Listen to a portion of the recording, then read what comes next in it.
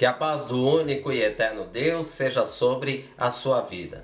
Atendendo a muitos pedidos, muitos mesmo, nós vamos falar hoje sobre as duas testemunhas. E de forma bem simples e bem prática na Bíblia, nós vamos hoje ver vários versículos. Eu vou te ensinar, eu vou te ajudar a compreender esse assunto de maneira fácil e prática.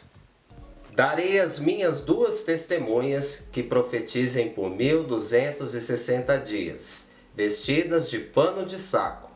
São estas as duas oliveiras e os dois candeeiros que se acham em pé diante do Senhor da terra. Que duas oliveiras, que dois candeeiros são esses? A resposta está no livro de Zacarias, no capítulo 4. E me perguntou, que vês? Respondi, eis um candelabro todo de ouro e um vaso de azeite em cima com as suas 7 lâmpadas e 7 tubos, um para cada uma das lâmpadas que estão em cima do candelabro. Junto a este, 2 oliveiras, uma à direita do vaso de azeite e a outra à sua esquerda. Prossegui e lhe perguntei, que são as 2 oliveiras à direita e à esquerda do candelabro? Então ele me disse, são os 2 ungidos que assistem junto ao Senhor de toda a terra. Para entendermos essa história, nós precisamos ligar os 2 livros da Bíblia, Apocalipse e também Zacarias. Aqui nós temos as informações, ainda que de linguagens diferentes, mas fala do mesmo assunto, da mesma visão. Então vamos ver as características das duas testemunhas. Primeiro, elas vão profetizar por 1260 dias, isto é, 3 anos e meio, ou ainda, se você preferir, 42 semanas. Essa data, ela nos mostra que será no tempo do Anticristo. Por isso o vídeo de hoje estará na playlist O Anticristo e também na playlist O Arrebatamento. Trata-se do mesmo assunto. As duas testemunhas representam 2 oliveiras, onde no meio está a menorá de ouro. A menorá, o Apocalipse nos revela que é o próprio Messias, o nosso Messias. A menorá é alimentada por candeeiro ou ainda 2 tubos que vertem ouro, ou melhor, vertem um azeite dourado. Nós vemos que as duas testemunhas não vão buscar ter uma vida próspera aqui na terra, não vão buscar prosperidade e dinheiro. Por quê? Durante 3 anos e meio elas se vestirão de pano de saco. Pano de saco, resumindo, é quando a pessoa está em tristeza, está de luto por alguma coisa ou está muito brava, está muito envergonhada. Nesse caso aqui é símbolo de que estarão profetizando o juízo de Deus. Se alguém tentar impedi-los, eles têm o poder de fazer sair fogo da sua boca e consumir os opositores, os inimigos. Tem autoridade para fechar o céu, eles olham para o céu e falam, não vai chover, e para de chover. Tem autoridade sobre as águas, como rios e mares, para fazê-los converter-se em sangue. E ainda enviar sobre a terra todo tipo de flagelo. Isso é, as duas testemunhas terão uma autoridade de Deus tremenda. Após os 3 anos e meio, onde termina o período em que eles estarão profetizando, serão destruídos pela besta do abismo, do Terrom. Vamos falar isso em outros vídeos sobre o Anticristo. Eu entendo aqui particularmente que a besta do abismo é a besta da terra, ou seja, o falso profeta. Serão mortos e os seus corpos expostos na praça da mesma cidade que morreu o seu Senhor, ou seja, o Messias. Essa cidade é Jerusalém, mas o texto diz que espiritualmente ela é Sodoma e também Egito. Veja na foto uma possível praça na cidade velha de Jerusalém. Não estou dizendo que é nesta praça, Mas é possível sim, ela é uma das praças, uma das mais importantes. Abaixo dela estava o primeiro hospital de Jerusalém. Os corpos deles ficarão expostos, não serão enterrados, não vão deixar enterrar por 3 dias e meio. Isso é interessante porque se você pegar as fotos do Estado Islâmico, e vamos colocar assim, o Islã terrorista, ok? Eu não vou colocar fotos porque são imagens muito fortes, mas eles têm o hábito de deixar o corpo exposto. Eles queimam, eles cortam a cabeça, deixam todo triturado e ficam exposto para todo mundo ver que eles venceram os inimigos, os cristãos. Aqui será semelhante. O interessante é que as nações, quase que o mundo todo, fará festa, vai distribuir presentes. Isso quando chegar a hora desse povo se levantar para dominar todo mundo. Esperamos, sim, entendemos que há países que rejeitarão a imigração desse povo ou ainda não aceitarão refugiados deste povo e assim será protegido deste tempo que virá sobre toda a terra. Por fim, no terceiro dia, depois de 3 dias e meio, as 2 testemunhas, elas ressuscitarão e serão arrebatadas até o céu. Subirão numa nuvem. Nuvem e redemoinho são 2 coisas que são muito comuns em arrebatamentos. E após isso, haverá um terremoto que vai sacudir toda a terra e vai morrer nesse período aqui 7.000 pessoas. Tá aqui a história das 2 testemunhas de uma forma bem rápida. Eu resumi aqui, mas falei basicamente tudo que vai acontecer com eles. Eles estarão profetizando num período onde o anticristo estará sobre a terra. A questão é quem são ou o que é as 2 testemunhas. Há muitas ideias de que tudo isso é simbólico. Já vi ideias como é o Antigo e o Novo Testamento, ou então as 12 tribos de Israel e ainda os 12 apóstolos. E há pessoas que acreditam que possa ser as 2 casas de Israel. Eu gosto de falar sobre as 2 casas, que representa Judá, a toda a nação de Israel, e Efraim, a tribo que representa todas as nações. Eu gosto desse assunto, mas neste caso aqui das 2 testemunhas, eu não posso concordar. Por quê? Nós não podemos fugir do texto original. Então, como Zacarias disse, são os 2 ungidos que assistem ou que estão junto com o Senhor de toda a terra. Apocalipse nos mostra claramente que a menorá é o Senhor. Zacarias nos informa que as 2 oliveiras são os 2 ungidos que estão junto com o Senhor ou que assistem com o Senhor de toda a terra. Eles estão lado a lado, na esquerda e na direita. Esse Senhor aqui nós sabemos que é o Messias, porque representado pela menorá, pelo candelabro. Naquele momento, onde estava o Messias? No céu. E aqui está dizendo que os 2 ungidos estão junto com ele. A gente não pode fugir do hebraico. Qualquer judeu, qualquer pessoa que lê esse texto entende claramente que está se falando de 2 pessoas. Aqui não é figurativo, aqui não é simbólico, estou me referindo aos 2 ungidos e não a menorá. A menorá sim é figurativo, mas os 2 ungidos aqui claramente está se tratando de 2 pessoas.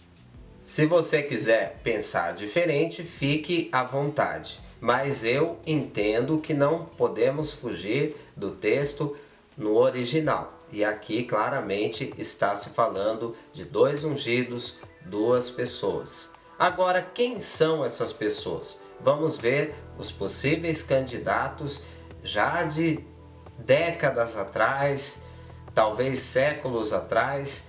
São 3 nomes que mais são especulados a respeito das duas testemunhas. Vamos comentar sobre cada um deles. Antes disso, eu já quero te pedir, deixa o seu like, dedo no like, ajuda o canal. Como este canal aqui fala sobre escatologia, sobre fim dos tempos, profecia, não é tão interessante assim para o YouTube divulgá-lo.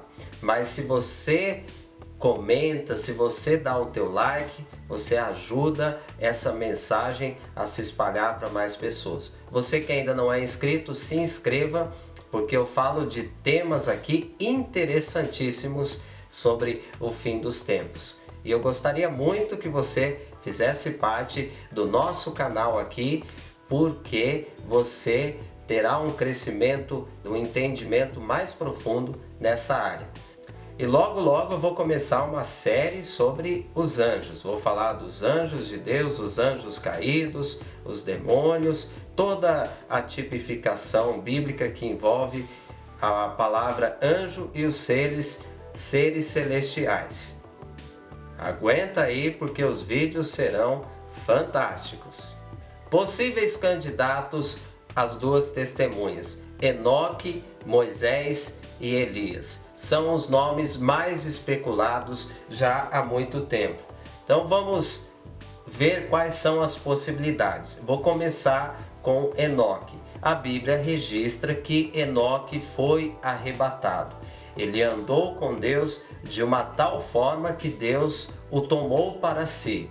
E Enoque nunca mais foi visto. Ele foi transladado. Pela fé, Enoque foi transladado para não ver a morte. Não foi achado, porque Deus o transladara. Aqui por esse texto, para mim, já fica bem claro que Enoque não será uma das duas testemunhas, porque o texto afirma que Enoque já foi transladado, ele já foi tirado, já foi arrebatado para não ver a morte. Nossa, Marcos, somente por esse versículo você já acha que ele não pode vir? Exatamente. O versículo aqui é muito claro que ele não verá a morte. No entanto, alguns vídeos atrás eu tenho o tema de apócrifos e não canônicos. Mais uma vez eu quero deixar claro para você que o livro de Enoque não é apócrifo. Ele foi, ao que tudo indica, retirado da Bíblia. Por quê? Porque os primeiros cristãos, ou a primeira igreja, a primeira sinagoga dos discípulos de Jesus do primeiro século, utilizavam o livro de Enoque. Ele é inclusive citado na Bíblia. No livro de Judas é citado 2 versículos do livro de Enoque. Ou melhor, um versículo de Enoque foi resumido, foi dividido em 2 versículos no livro de Judas. Então é um livro muito interessante, posso lhe assegurar que não é apócrifo e a própria Bíblia o recomenda, o indica. Mas assim, Enoque não escreveu só um livro, ele escreveu alguns outros, dentre eles um que se chama Os Segredos. E ali ele fala do período que ele iria ser arrebatado para sempre. Como ele andava com Deus, chegou num ponto que o seu corpo físico já não tinha mais necessidade terrena. Por quê? O filho dele foi fazer um alimento para ele e ele falou: filho, não precisa, que o pai não depende mais, não tem mais vontade dessas coisas terrenas. E isso não é nenhuma heresia, porque quando Moisés estava com Deus no Monte Sinai, quantos dias ele ficou sem comer e sem beber? 40 dias. Na presença de Deus, o próprio corpo vai rejeitando certas coisas terrenas. Então, por este livro, não há planos de Deus para um possível retorno de Enoque à terra. Muito pelo contrário. Deus teve um projeto de tomar para sempre a Enoque. Segundo candidato, Moisés. Muitas pessoas rejeitam a possibilidade de ser Moisés porque ele morreu. É o que está escrito no final do livro de Deuteronômio e também no comecinho do livro de Josué. Mas Moisés morreu de verdade? Será que a tradução está correta? Só aqui há uma discussão muito grande. Hoje eu não quero mostrar texto nenhum do hebraico para você. A gente vai se concentrar no assunto só através dos versículos de forma rápida. Mas assim, já há uma discussão porque a palavra para o hebraico é um pouco diferente. Agora uma pergunta, mesmo que Moisés morreu, qual o problema de ele retornar, sendo que a sua morte tem um ingrediente aqui diferente? Vamos ver primeiro, lá em Deuteronômio, o que está escrito. Este o sepultou num vale, na terra de Moabe, de fronte de Bet-peor, e ninguém sabe até hoje o lugar da sua sepultura. Aqui temos uma dica, ninguém sabe o lugar da sua sepultura. Ou seja, ninguém viu, ninguém tem registro se realmente ele foi sepultado. Só tem uma ideia, uma noção de que ele foi sepultado em Moabe, mas ninguém sabe ao certo.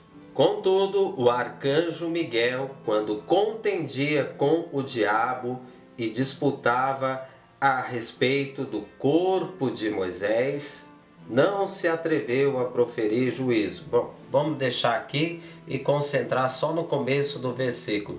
Miguel chegou a contender com Satanás. Foi uma briga por causa do corpo de Moisés. Então há um mistério nessa história aqui. Da onde que Judas tirou isso? Será que é de algum livro não canônico? Ele recebeu inspiração divina sobre esse assunto? Nós não sabemos, mas a verdade é que houve uma batalha ali pelo corpo de Moisés. Então não temos total certeza se ele morreu ou não.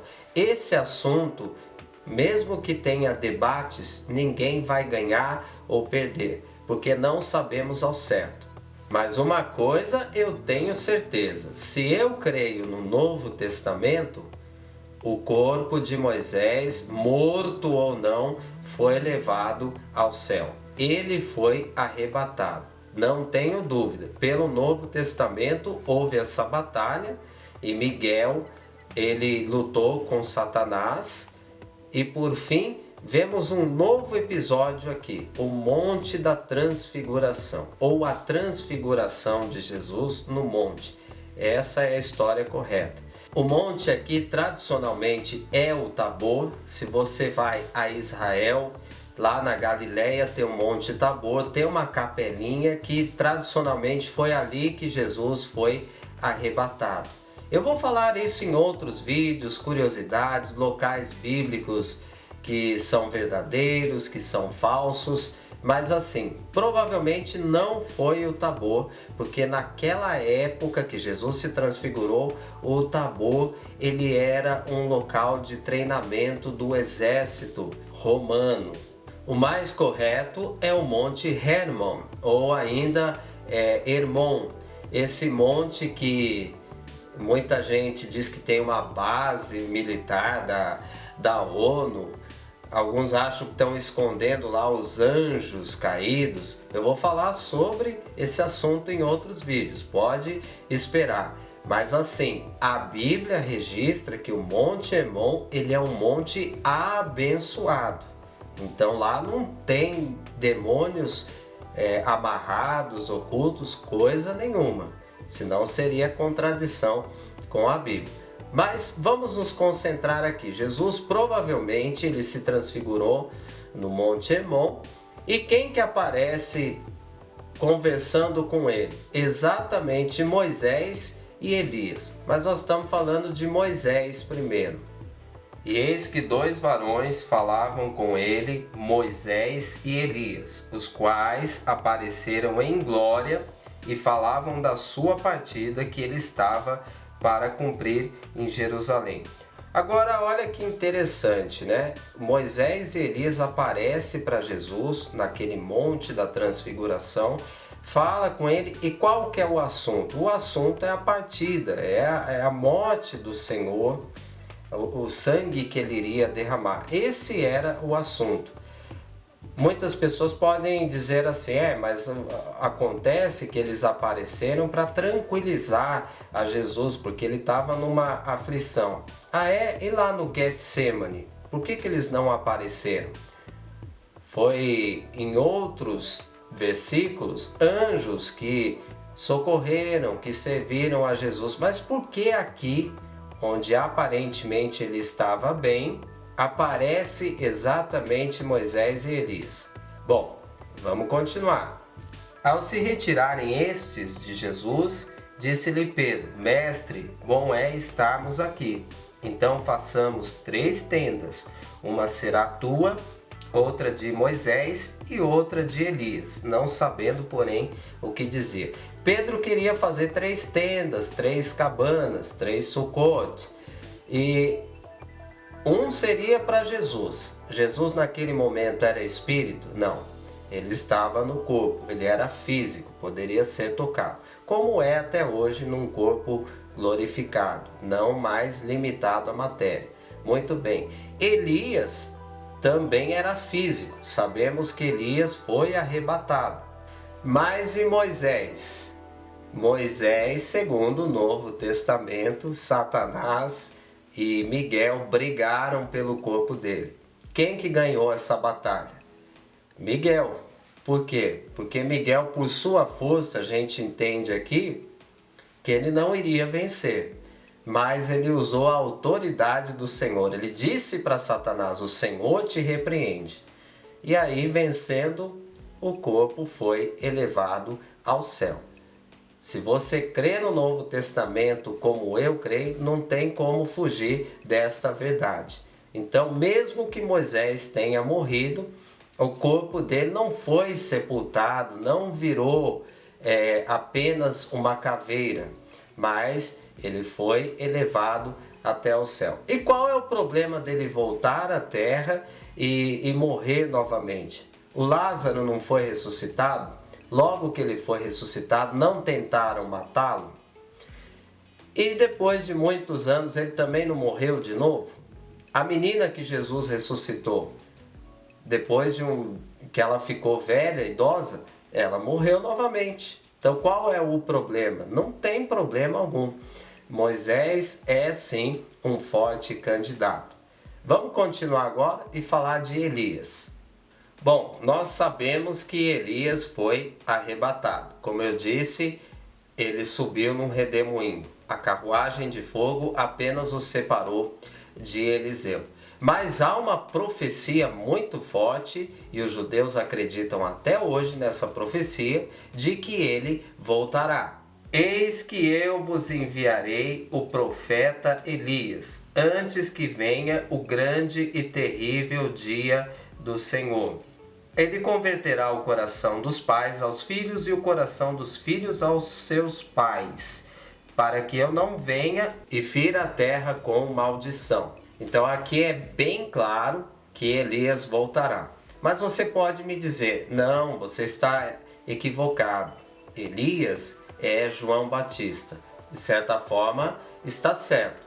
Eu, porém, vos digo que Elias já veio e fizeram com ele tudo o que quiseram, como a seu respeito está escrito. Assista ao meu vídeo Para Onde Vai a Alma que Morre em Cristo, e você vai entender o que é o espírito de Elias, ou a Neshama, ou ainda o Rua, que estava sobre que estava sobre João Batista. É o espírito de Elias, mas não é a mesma pessoa, não há uma reencarnação aqui. E obviamente o Elias que foi arrebatado, ele vai voltar. Por quê? Nesse mesmo texto, Jesus confirmou isso. E interrogaram-no, dizendo: por que dizem os escribas ser necessário que Elias venha primeiro? Então ele lhes disse: Elias, vindo primeiro, restaurará todas as coisas. Como, pois, está escrito sobre o Filho do Homem, que sofrerá muito e será aviltado? Jesus, ele não discorda dos escribas. Ele confirma, Elias virá, restaurará todas as coisas. Aonde que pode ser isso? É um forte candidato, sim, às duas testemunhas. São duas pessoas que virão com o poder, com a autoridade do Senhor e farão poderes miraculosos no período do anticristo. Eu ouvi alguém dizer que isso seria um absurdo, que está dizendo aqui que da boca deles vai sair fogo. Não pode, como isso aqui é simbólico. A expressão pode ser simbólica, mas literalmente ela é verdadeira. Vou te mostrar na Bíblia. Então lhe enviou o rei um capitão de 50 com seus 50 soldados, que subiram ao profeta, pois este estava sentado no cimo do monte. Disse-lhe o capitão: homem de Deus. O rei diz: desce. Elias, porém, respondendo ao capitão de 50, se eu sou o homem de Deus, desça fogo do céu e te consuma a ti e aos teus 50. Então o fogo desceu do céu e o consumiu a ele e aos seus 50. Essa história se repetiu mais duas vezes. O último capitão aqui foi mais esperto, ele pediu misericórdia para Elias e Elias não mandou descer fogo do céu. Mas nas outras vezes, o que aconteceu? Homem de Deus, vem e você vem comigo aqui, você vai ser preso. Aí Elias declarou: se eu sou homem de Deus, desça ou caia fogo do céu e vai consumir a vocês. Foi o que aconteceu. Então a expressão é nesse sentido. Porém, se for literal, se ele assoprar e sair fogo, qual que é o problema? Por que é impossível? No período do anticristo, nós vamos ter coisas impressionantes sobre a terra. Aí sim vai ter dia de escuridão, vai ter terremoto, vai ter estrela caindo do céu. E se você observar estes sinais aqui que as duas testemunhas farão, foram os mesmos sinais que Elias e que Moisés fizeram. Moisés, por exemplo, foi a água se transformar em sangue, além de outros flagelos, as 10 pragas. Pois é, eles terão essa autoridade. Meus queridos, vamos concluir este vídeo. Eu quero deixar claro para vocês, 100% de certeza que é Moisés e Elias, eu não tenho. No meu interior eu tenho sim, mas a gente pode aceitar opiniões opostas, desde que tenha argumento, desde que tenha entendimento junto ao texto original, ao hebraico, sem problema algum. Pode não ser nem eles, pode ser que sejam seres celestiais, mas não faz muito sentido eles morrerem e depois serem arrebatados. Isso parece ser mais coisa aqui da terra. Então eu deixo aqui a minha opinião pessoal com toda a coerência bíblica. Eu recomendo você assistir esse vídeo mais vezes, para que você entenda melhor.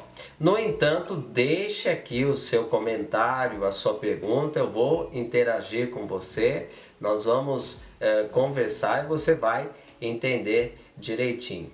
Lembre-se que eu estou no Facebook de segunda a sexta-feira, às 7 da manhã, uma palavra, um vídeo de 2, 3 minutos com a palavra de Deus, palavra de motivação.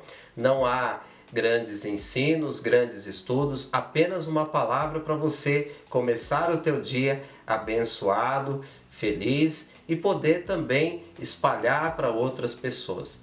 Vou deixar o link aqui na descrição, você precisa curtir essa página e me seguir para ter essas mensagens de segunda a sexta. Pessoal, muito obrigado, amo vocês, que Deus te abençoe, até o próximo vídeo, em nome de Jesus.